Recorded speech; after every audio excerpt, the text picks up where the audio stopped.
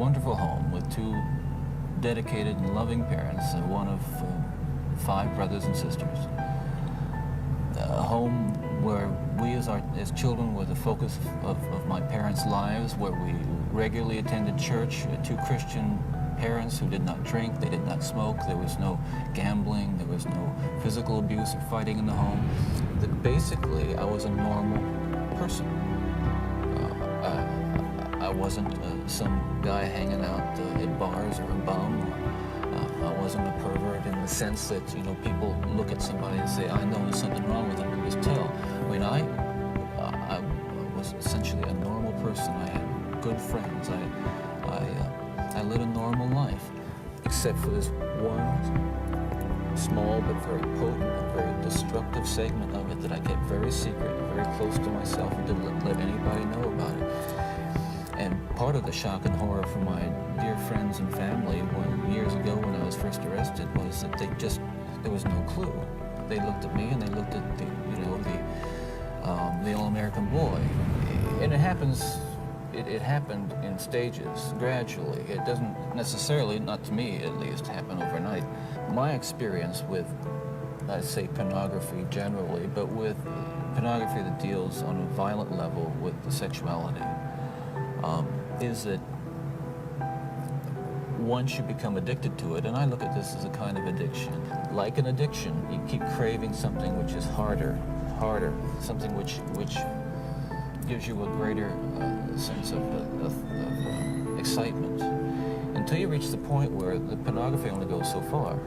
You reach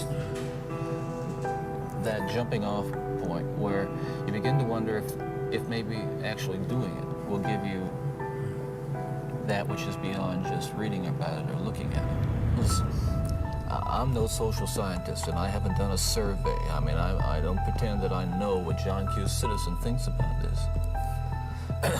But I've lived in prison for a long time now. And I've met a lot of men who were motivated to commit violence just like me. And without exception, every one of them was deeply involved in pornography, without question, without exception, deeply influenced and consumed by an addiction to pornography. There's no question about it. The FBI's own study on serial homicide shows that the most common interest among serial killers is pornography. Those of us who have been so much influenced by violence in the media, in particular pornographic violence, are not some kinds of inherent monsters. We are your sons and we are your husbands. And we grew up in regular families, and pornography can reach out and snatch a kid out of any house today. He snatched me out of my home. It snatched me out of my home 20, 30 years ago. And as diligent as my parents were, and they were diligent in protecting their children,